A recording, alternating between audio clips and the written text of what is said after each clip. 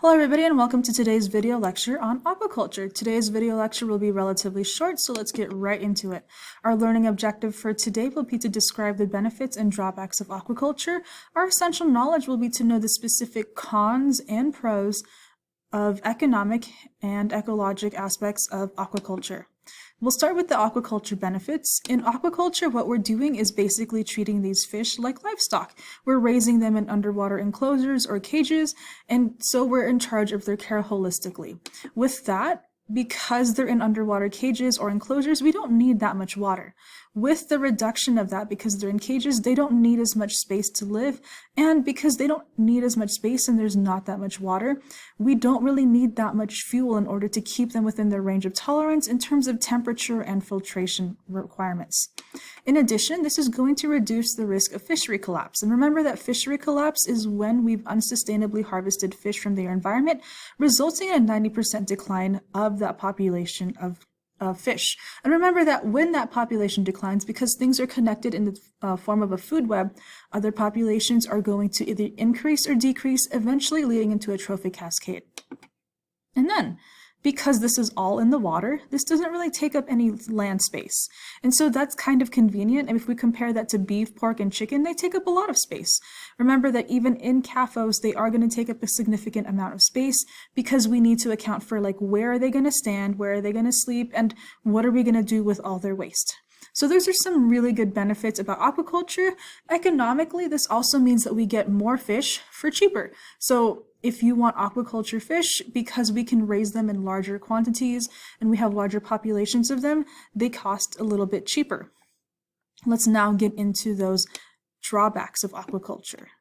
So before we do that, this is just kind of like a little diagram showing you what's happening. This is just aquaculture fish. What typically happens is that we have like different types of foods. We have them in an enclosure. They've got their food. We have a way to filter that system. And typically some of that like whole filtration includes some other invertebrates like lobsters and crabs and other things that pick up the waste. And then we typically in their enclosure, we have different types of shellfish and seaweeds. This is just typically what it looks like. I think you can already kind of see what the cons of this are going to be. So we get into those drawbacks. With all those fish in a small amount of area, we're going to produce a high concentration of waste. And with waste, there's always that risk of E. coli, which is just a bacterial type of disease.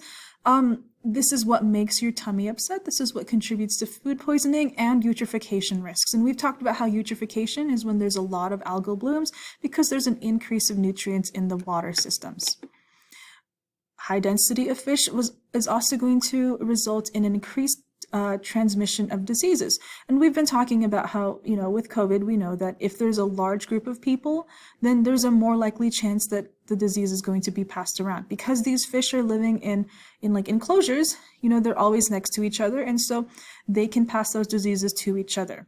And this also poses a threat because some of these diseases can be transmitted to wild populations. So we're always really concerned about that. This also, with aquaculture, we have a specific type of fish that we're looking for. And that specific type of fish is usually the bigger fish who are going to produce more meat for consumers. And because we're selectively and artificially breeding for that, we might introduce GMO type fish, so things that we've selectively bred for and they have specific traits that we like, into native waterways, and they can either be better than that population or contribute to an overpopulation of a different species who will eat that. And in addition, we might introduce non-native species of fish into a different waterway, and that's if those captive fish escape. And that's happened before, so we're always really concerned about that happening. And these fish are fed antibiotics. Remember, there's a high density of them. There's a lot of them in that area. We don't want them to give each other E. coli and other diseases, and so we give them antibiotics. So because we give them antibiotics, they have antibiotics in their waste. And if that waste gets out into a waterway or if it gets somewhere else, that's going to contaminate other places. So there's quite a few drawbacks associated with that.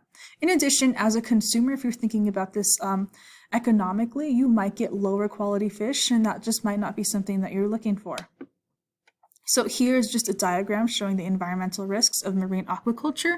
So here we have those antibiotics, we have herbicides. Remember, we have that risk of eutrophication. And so in order to prevent that risk of eutrophication, or to prevent eutrophication from happening, we add herbicides to that enclosure. And then here, since some of these these aquaculture nets are actually just like in the ocean, so they're in the ocean, they're just, surrounded by a net, sometimes these fish might escape. And when these fish escape, they're GMO or they are non-native, and they wreak havoc on the environmental web. That, and, with all of them here, they introduce different diseases to other animals, and then they've got this huge amount of waste that they have. So these are just some of the drawbacks. All in all, aquaculture is good because it gives us, fresh fish, but we've also got these drawbacks. So it's just one of these things to consider. We move into our FRQ. So once again, you'll answer this FRQ in the Google Forms that is posted along with this video. Your FRQ is to identify an advantage that aquaculture has over fishing, and you're going to explain one environmental consequence. Remember, this is environmental, so don't talk about money, only talk about something that's in the environment. And although humans are part of the environment, you're not going to use humans in your explanation. You're explaining one environmental consequence of aquaculture. I hope you all have a good day. Make good choices.